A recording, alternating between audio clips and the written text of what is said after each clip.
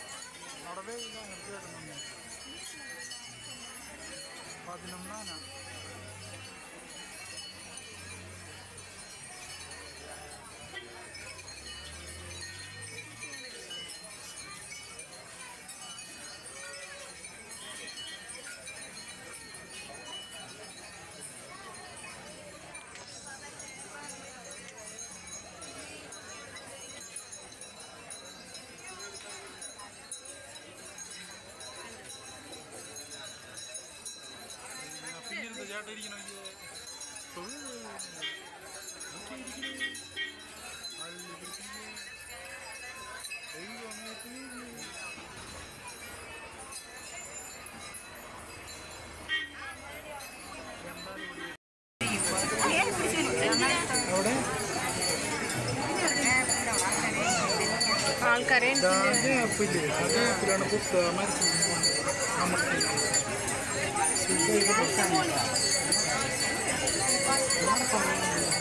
ഇതുകൊണ്ട് വീശിക്കൂടാ.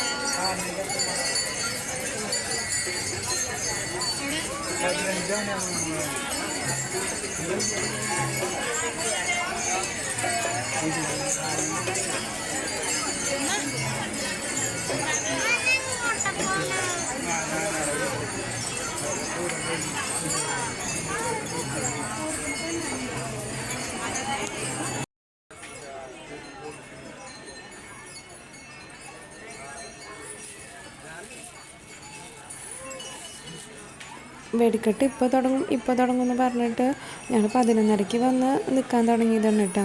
ഏകദേശം ഒരു 12:30 ആയിട്ട് ഇതേവരെ തുടങ്ങിയിട്ടൊന്നുമില്ല. ഇനി എപ്പോഴാണ് തുടങ്ങണമെന്ന് അറിഞ്ഞൂടാ. പാറൂസിന് വയ്യാണ്ടായി. പാറൂസ് ഇതാ എൻ്റെ കാലുമ്മ ഇരിക്കണ. പിന്നെ കുറച്ച് കഴിഞ്ഞപ്പോൾ പറഞ്ഞു 2:30 ആകുമ്പോൾ തുടങ്ങുന്നു. അപ്പോൾ വന്നതല്ലേ, അത് കണ്ടിട്ട് പോകാമെന്ന് ഞങ്ങൾ വിചാരിച്ചു.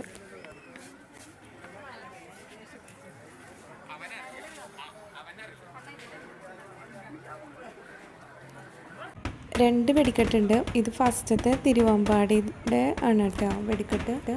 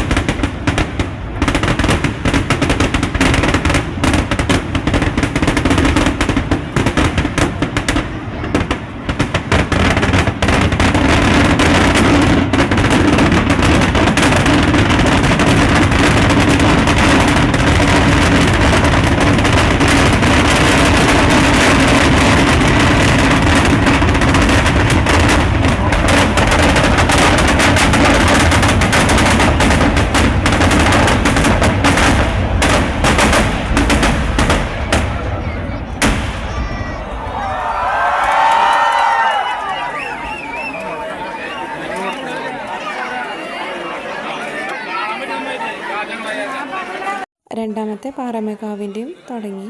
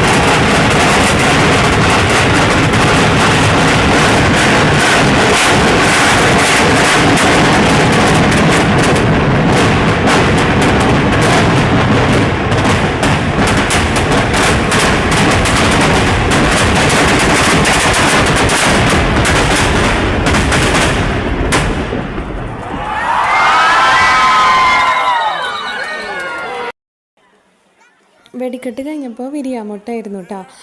നല്ല രസമായിരുന്നു കേട്ടോ അത് കാണാനായിട്ട്. മുകളിൽ പോയി പൊട്ടിയിട്ട് പിന്നെ പാരച്യൂട്ട് പോലെ വരുന്നുണ്ടായിരുന്നു. കുറേ നേരം ഉണ്ടായിരുന്നു, പക്ഷെ ഞങ്ങൾക്കത് കാണാനുള്ള നേരം ഉണ്ടായിരുന്നില്ല. നമ്മുടെ കഴിഞ്ഞപ്പോൾ തന്നെ 3 മണി 3:15 ടിക്കറ്റ് എടുത്തിട്ടുണ്ട് സിനിമയുടെ, ആലപ്പുഴ ജിംഖാനയുടെ. അപ്പോൾ തൊട്ട് അടുത്ത് തന്നെയാണ് തിയേറ്റർ. അപ്പോൾ നമുക്ക് അങ്ങോട്ട് പോകണം. ഫുഡ് കഴിക്കാനൊന്നും ഞങ്ങൾ നിന്നില്ല കേട്ടോ. നല്ല വിശപ്പുണ്ടായിരുന്നു. ഞങ്ങൾ 11 മണിയായപ്പോൾ ടൗണിലെത്തിയതാണ്. ഉച്ചക്കലത്തെ ഭക്ഷണം എന്തായാലും കഴിക്കാൻ നേരം കിട്ടില്ല. അപ്പോൾ ഞങ്ങൾ വേഗം തന്നെ സിനിമയ്ക്ക് കയറിയിട്ടാണ്.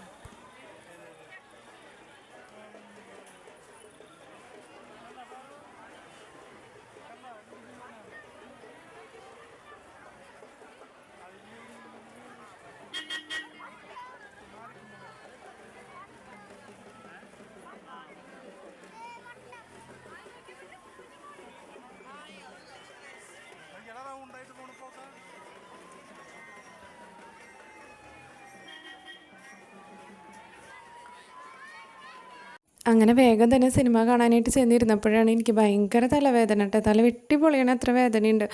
ഉച്ചക്കലത്തെ ഭക്ഷണം കഴിക്കാത്ത കാരണം കൊണ്ടാണോ എന്താണെന്ന് എനിക്ക് അറിഞ്ഞുകൂടാ. ഭയങ്കര തലവേദന.